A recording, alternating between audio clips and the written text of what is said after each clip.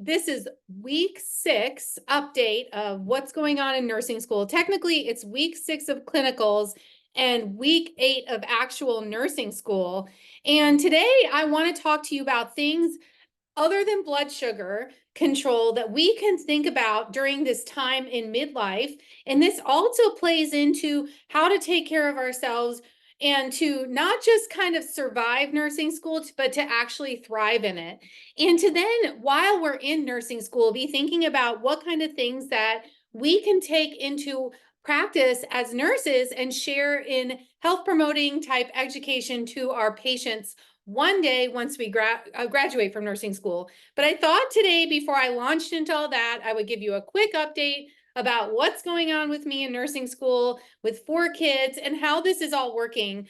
And so far, everything has, knock on wood, ironed itself out, we'll say. There have been definitely days where there have been tears and angry words said, especially mostly just from the girls. The girls are 9, my daughters, and the boys are 13, but frustration coming out in the form of like, I hate nursing school. Why are you doing this? You're always studying. We never see you, even though I'm here actually more and physically and mentally present more than I was when I was coaching full time in my business. And, it's just, I'm finding little ways to connect, whether they are kind of laying on my back and playing with my hair, if I'm laying on my stomach, and which is one of my favorite positions, to be studying, or if we just spend 15 minutes and walk around the block with the dog, or I take a minute just to look at whatever they're building in their Minecraft game or whatever. So it's just those little moments of connection end up stretching a really long way.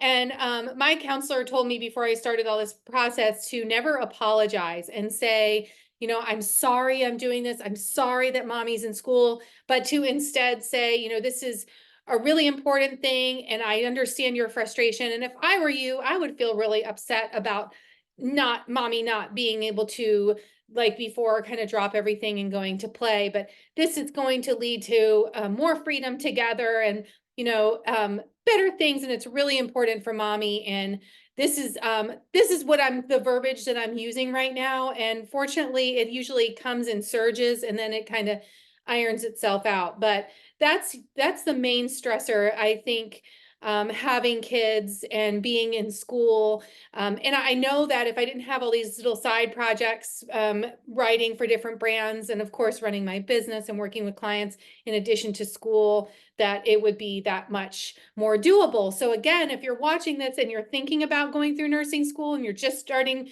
to renew prerequisites, if you're a little bit older like I am, or you're just on the fence, you're like, I really have always wanted to do it, but I'm not sure if I can, definitely do it. It's hard, but it's totally doable. And so today that brings us into talking about some things as a midlife woman that we face, and that we should kind of have our attention on when we are thinking about how to take really good care of ourselves while we are in school. And even if you're not in nursing school, this still applies to you because you're doing life.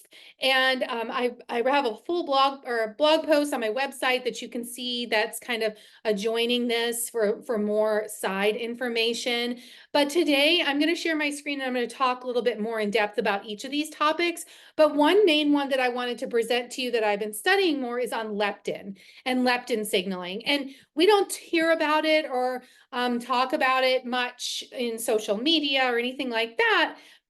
Possibly because there's not a product attached to it necessarily, or there's not a big thing to sell that's attached to it. But I just wanted to give you an overall view of it because a lot of women struggle with it, and it can be attached to the unknown weight gain that happens during this stage in life. And I also want to emphasize that we are not destined to kind of shrivel up into former versions of ourselves in our 40s and 50s, that there are things that we can do to not only preserve our health, but to help to fortify our health and actually go through this stage in life really strongly, with good mental acuity, and not suffer from the, our body will definitely change. I will never have the 20-year-old body that I had before, but we are not destined to have this extreme weight gain and muscle loss and things like that.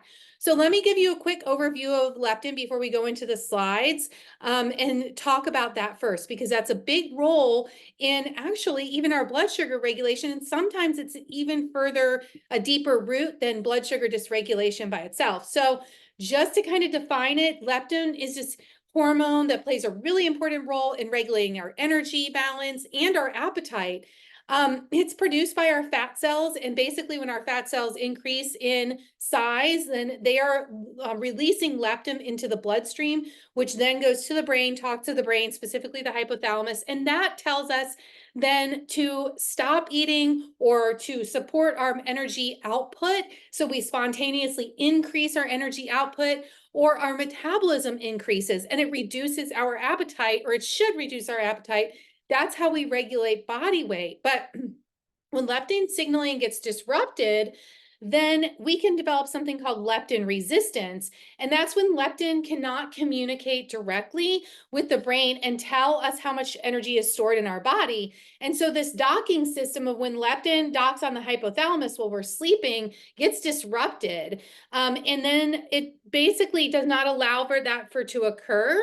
And we are signaling lower leptin levels, or high levels, and that leads to leptin resistance or leptin dysregulation, which can lead to things like inability to lose weight, increased appetite, strong food cravings for things, especially sweets after meals. That's a really big sign. If you feel like, oh man, I kind of always just want to have a little something sweet, you can see that in nursing school a lot. People are drinking a lot of sugary drinks, or they're, constantly snacking on like protein bars that basically substitute as candy bars, or just like always having these sweet things in the mix.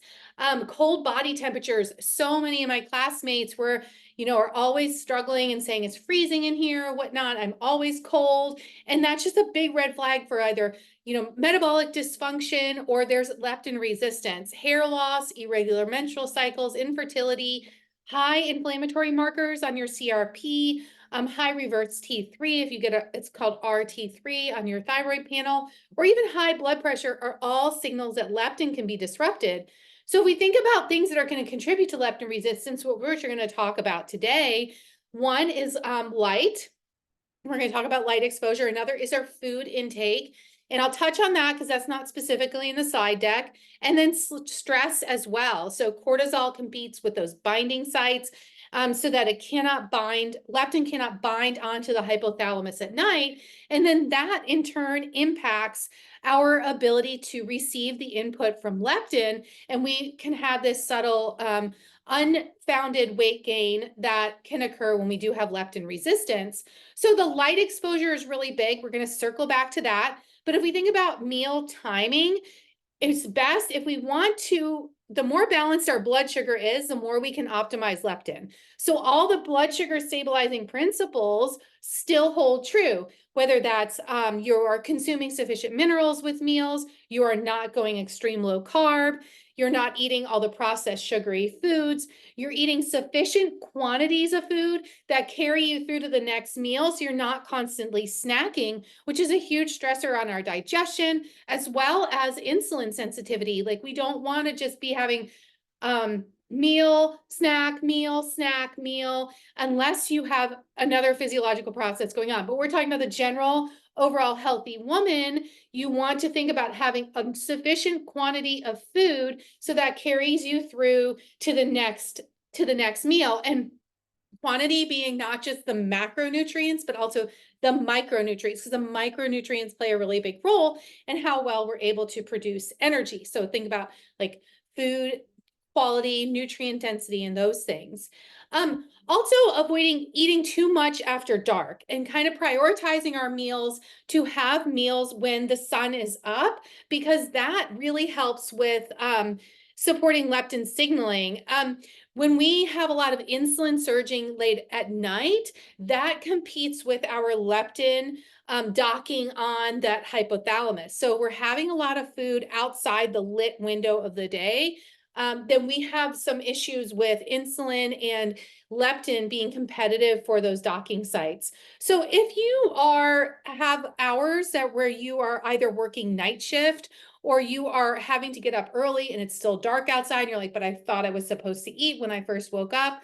Definitely eat when you get up in the morning. Don't wait till mid-morning to eat, especially if you are a midlife woman and you're really trying to work on supporting your adrenals, because you know your adrenals are the mainstay for your hormone stability going into the stage in life.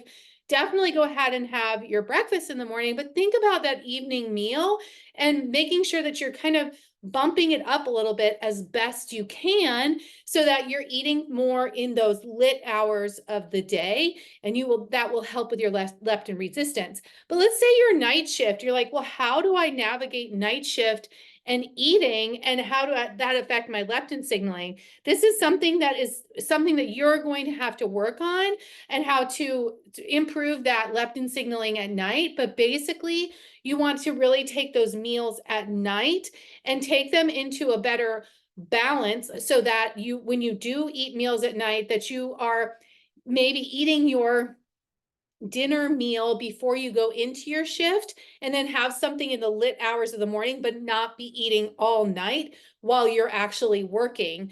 That is a very huge struggle for shift workers, leptin resistance, and a big cause of weight gain. But thinking about trying to keep your food consumption through the lit hours of the day, and that's like outside your shift window. So definitely not going through what you may see in night shift arsenal, whether it's in the break room with like cakes, pies, cookies, all of those things, donuts, bagels. All of that will really wreak havoc on your metabolism. So let's go into some of these slides and talk about what we can do to improve our overall resilience and health as women, moms over 40, but also women who are in nursing school. So I'm going to share my screen here, and we're going to go to present. All right, so there are definitely things that we need to think about beyond blood sugar, like I talked about. And we want to think about first, before we implement any of these processes, that we're definitely working on building it into a sustainable system. In my blog post this week, I thought about or asked questions to self. Are the habits that I'm including in my world today going to be something that I can participate in 20 years from now? It may be a version of what it looks like now, because our world's going to be totally different 20 years from now. We're not going to have kids at home or at home in the same capacity. We'll have kids coming in and out. Our parents will be in a different stage in life. We will be in a different stage of life, different pace of life.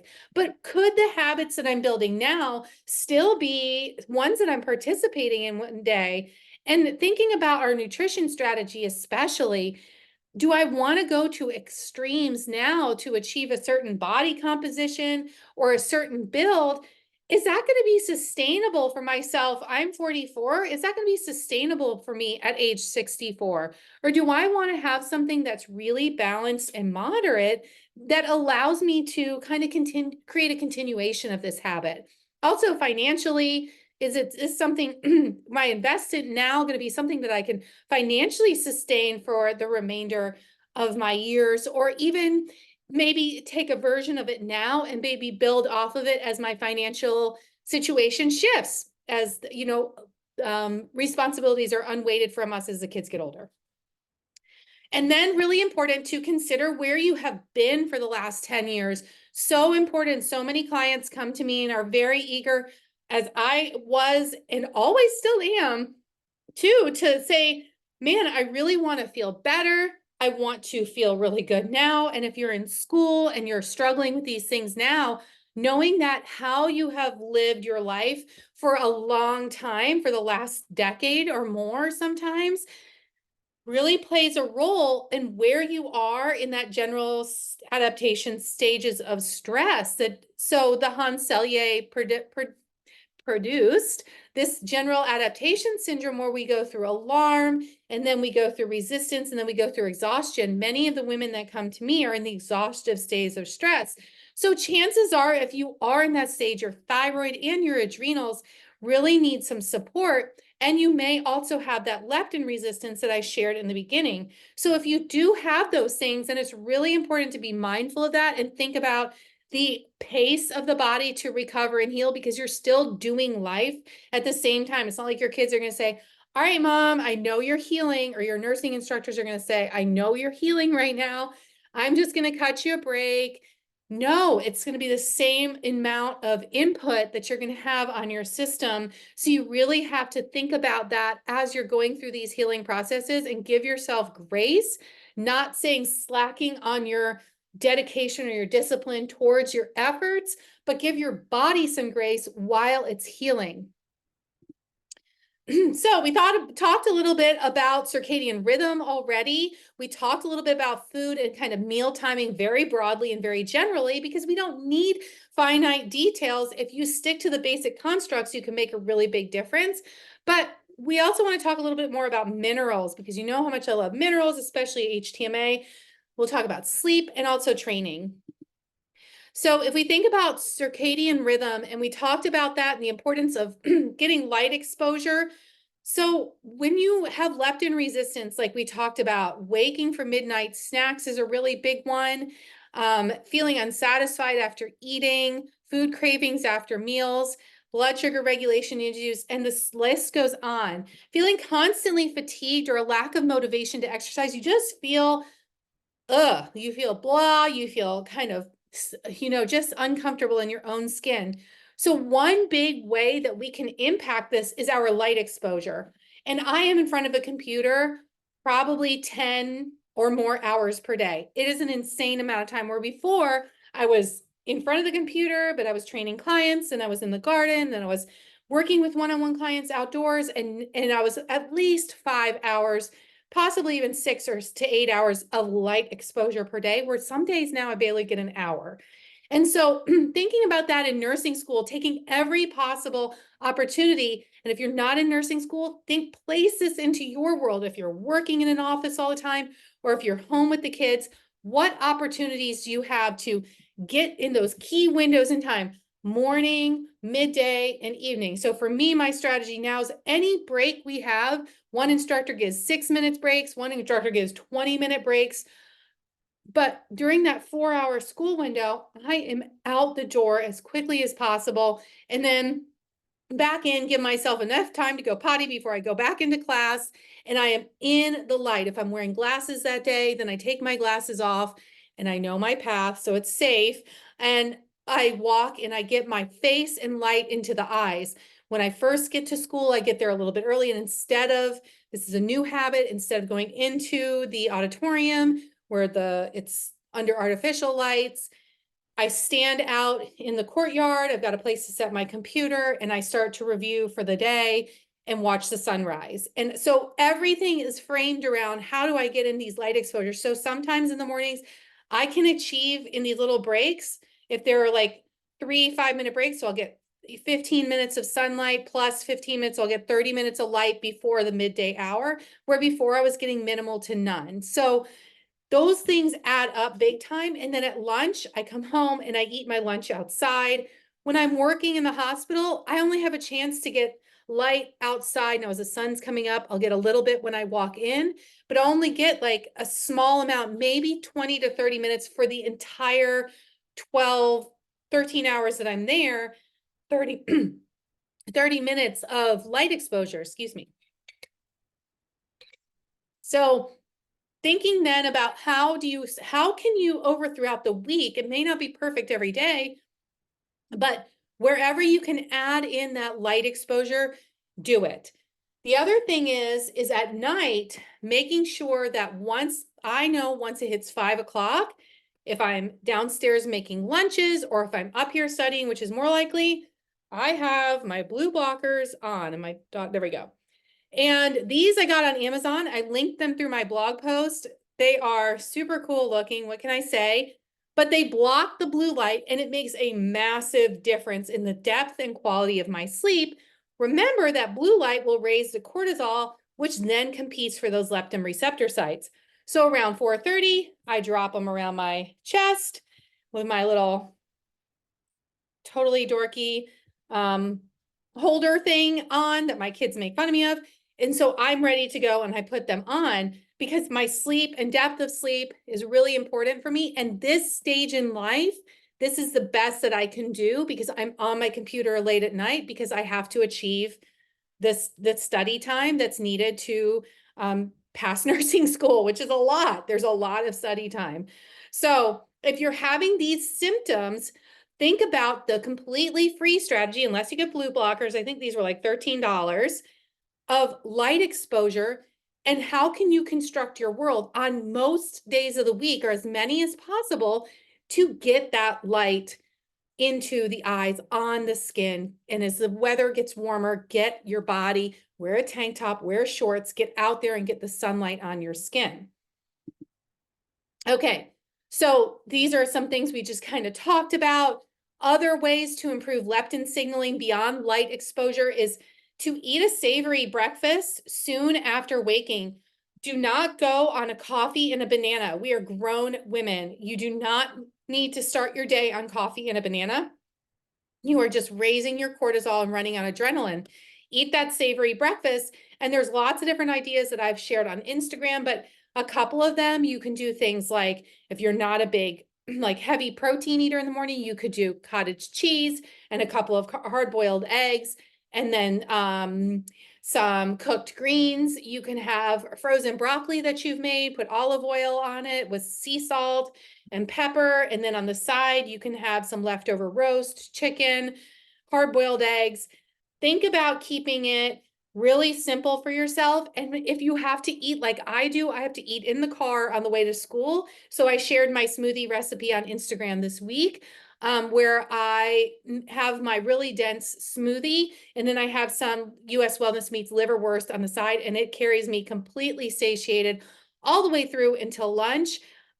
My body has kind of adjusted now, and I no longer need that snack. I've got my smoothie down to where I don't need a snack as soon as I get in the car at noon.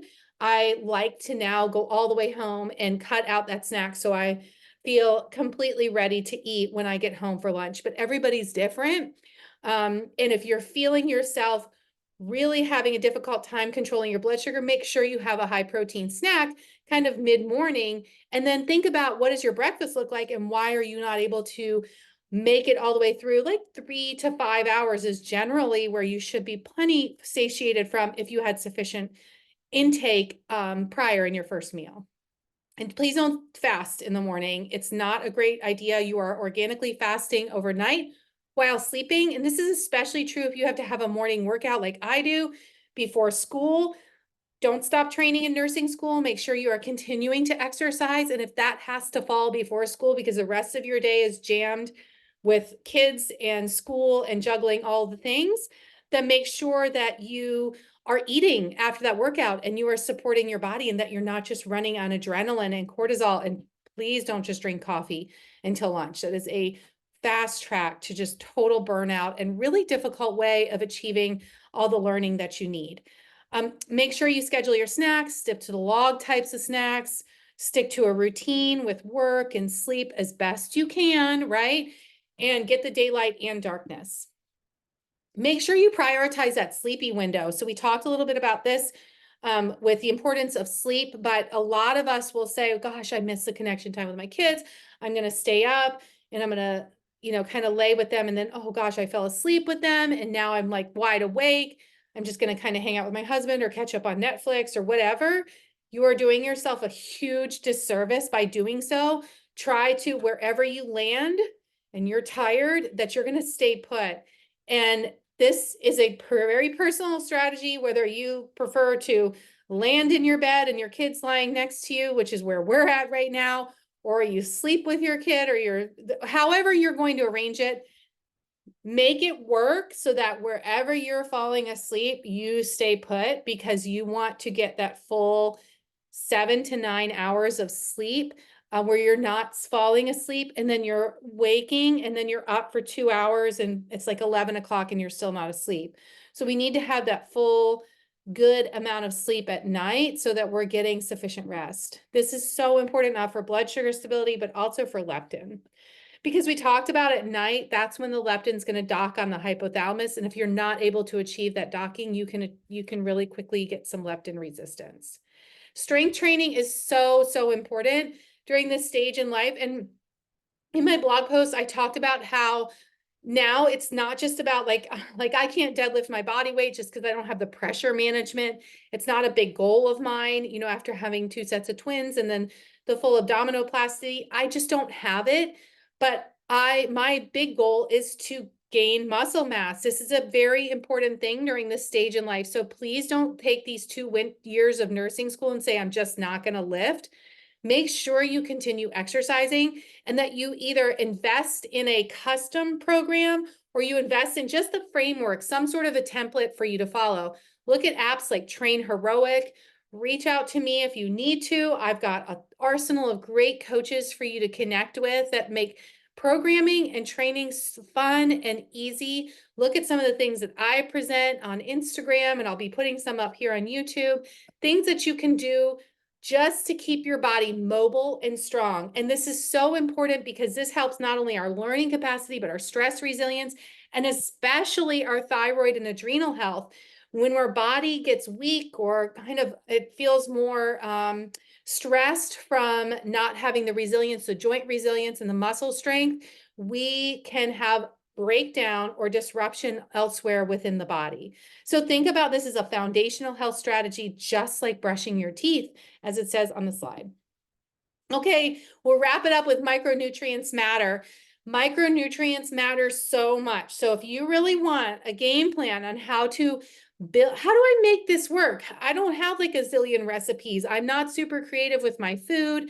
How do I make this work? If you're asking yourself those things, think about constructing a plate that looks like this for each meal, including breakfast, as much as you possibly can. So it can be a quarter of the plate, starchy roots, winter squashes, tubers, it can be beans, and then a quarter of the plate, animal protein. These are things like poultry, beef, fish, shellfish, and then half of the plate, colorful plants. And on here you can see I have tomatoes and carrots and greens.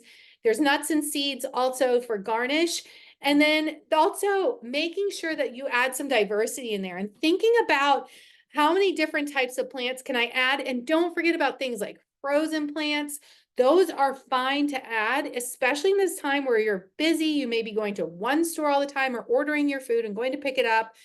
The worst thing we can do is eat from a vending machine in nursing school. And I cannot tell you how many students, even older students, are doing that. And I just want to sing it that it's so, so harmful to be doing that on a regular basis. In a pinch, you ran out the door, you don't have anything, you got to have something, make it work with granola bar or whatever. But if that's a consistent habit, it is so harmful to our system.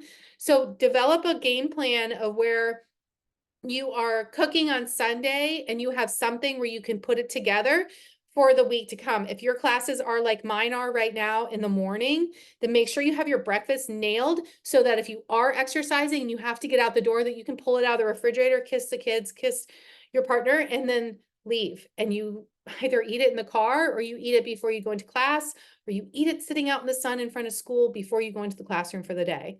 So important to nourish yourself and to hit those minerals. Keystone minerals like magnesium, sodium, potassium, these are always deficient in women that come to me struggling with weight loss, and that struggling with energy and focus and all the things. We want to make sure we're hitting the animal protein as well. This is not an ideal time to go vegan or try to limit protein. Make sure you're supporting your body with the micronutrients that it needs.